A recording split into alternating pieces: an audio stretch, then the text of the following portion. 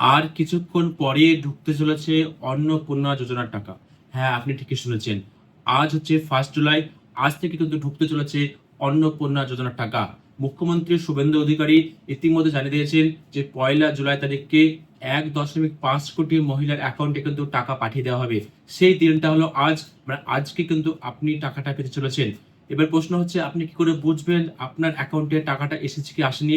খুব সহজভাবে আমি দেখিয়ে দেবো আপনার ব্যাংক ব্যালেন্স, এবং সেখানে বুঝতে পারবেন যে অন্নপূর্ণা যোজনার 3,000 টাকা আপনার অ্যাকাউন্টে ঢুকেছে কি ঢুকুনি। তা ভিডিওটা আপনার জন্য খুবই খুবই গুরুত্বপূর্ণ।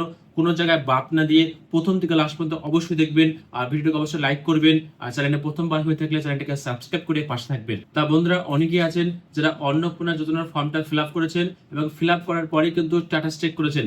স্ট্যাটাসে কিন্তু সেখানে ফর্মটা সাবমিটেড বা ইনকোয়ারি প্রসেস বা ইনকোয়ারি রিভার্ট বা অ্যাকসেপ্ট এমন দেখাতে পারে, কিন্তু এখন যেহেতু ফর্মের স্ট্যাটাস দেখা যাচ্ছে না, সেক্ষেত্রে যদি আপনি আগে থেকে দেখে থাকেন, সেক্ষেত্রে শুধুমাত্র যাদের শুধুমাত্র অ্যাকসেপ্ট রয়েছে তারাই কিন্তু এই অন্নপূর্ণা যোজনার টাকা আজ থেকে পাবে। এবং এছাড়া অনেকেই কিন্তু টাকাটা পেয়ে যাবে। সেই টাকাটা কি করে চেক করবে সেটা কিন্তু খুব সহজভাবে কিন্তু আপনাকে দেখিয়ে দিচ্ছি।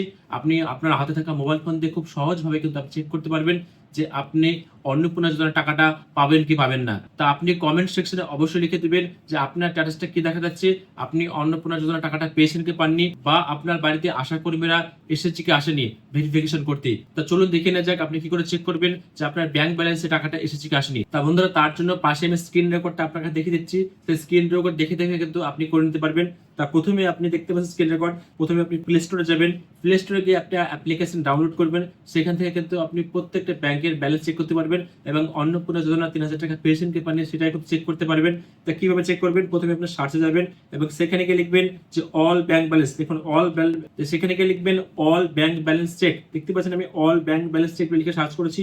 প্রথম যে অ্যাপটি রয়েছে দেখেন, একদম ফার্স্টে যে অ্যাপটি রয়েছে all bank balance check, simply এতে ক্লিক করবেন। ক্লিক করে কিন্তু এটাকে ইনস্টল করে নেবেন। তা ছোট একটা অ্যাপ, খুব সহজভাবে আপনাকে ইনস্টল হয়ে যাবে। তো ইনস্টল করার পরে সিম্পলি আপনি এটাকে ওপেন করবেন। সিম্পলি অ্যাপটাকে ওপেন করছি এবং ওপেন করার পর দেখতে পাচ্ছেন সেম এরকম একটা ইন্টারফেস আসবে। এখানে আপনার ল্যাঙ্গুয়েজ থাকবে, আপনি বাংলা, ইংরেজি, হিন্দি যা ইচ্ছা কমফোর্টেবল হবে। তো আমি ইংলিশটা করে নিলাম, সিম্পলি সাবমিটে ক্লিক করলাম। এখানে দেখতে পাচ্ছেন প্রত্যেকটা ব্যাংকের নাম দেখাবে, স্টেট ব্যাংক ইন্ডিয়া, এলাহাবাদ।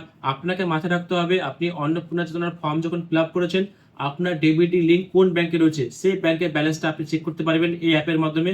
তা আপনার যদি গ্রামীণ ব্যাংকের অ্যাকাউন্ট থাকে, স্টেট ব্যাংকের থাকে, পাঞ্জাবের থাকে, আপনি দেখে নেবেন যে আপনার কোন ব্যাংকে অ্যাকাউন্ট রয়েছে এবং সেই অ্যাকাউন্ট চেক করবেন। এখানে দেখতে পাচ্ছেন সমস্ত ব্যাংক কিন্তু উপরে নামে নামে দেখবেন সমস্ত ব্যাংক রয়েছে। এখানে কিন্তু আপনাকে দেখে দেখে কিন্তু আপনি ব্যাংক নেবেন। তো সবচেয়ে কমন ব্যাংক হচ্ছে স্টেট ব্যাংক অফ ইন্ডিয়া বা এসবিআই। আমি এসবিআই দেখাচ্ছি, এইভাবে কিন্তু প্রত্যেকটা ব্যাংকে চেক করতে পারবেন। তো আমি প্রথমে দেখাচ্ছি state bank of India. Simply click করবেন, ক্লিক করার মাত্র দেখতে পাচ্ছেন চেক ব্যালেন্স, সিম্পলি ক্লিক করবেন। চেক ব্যালেন্সে ক্লিক করলে কিন্তু প্রথমে রয়েছে চেক ব্যাংক ব্যালেন্স। আপনি এটার মাধ্যমে কিন্তু আপনার স্টেট ব্যাংক থাকলে অবশ্যই ব্যাংক ব্যালেন্স চেক করতে পারবেন। তার পাশে রয়েছে মিনি স্টেটমেন্ট, আপনি মিনি স্টেটমেন্ট দেখতে পারবেন এবং কল কাস্টমার কেয়ারে কল করতে পারবেন। এবার প্রশ্ন হচ্ছে, এই অ্যাপটা তখনই কাজ করবে যদি আপনার মোবাইল নাম্বার ব্যাংকের সঙ্গে লিঙ্ক থাকে। এটা মাথায় রাখতে হবে, আপনাকে যে নম্বর ব্যাংকের লিঙ্ক রয়েছে সেই নম্বরটি কিন্তু এই অ্যাপটা চালাতে হবে, বা এই যে মোবাইল অ্যাপটি ব্যবহার করবেন সেই মোবাইলে কিন্তু মানে নম্বরটা থাকা চাই, তবে যা কাজ করবে। সিম্পলি চেক ব্যাংক ব্যালেন্সে ক্লিক করবেন, ক্লিক করার মাত্র সঙ্গে সঙ্গে কিন্তু আপনি পারমিশন চাইবে, অ্যালাউ করবেন।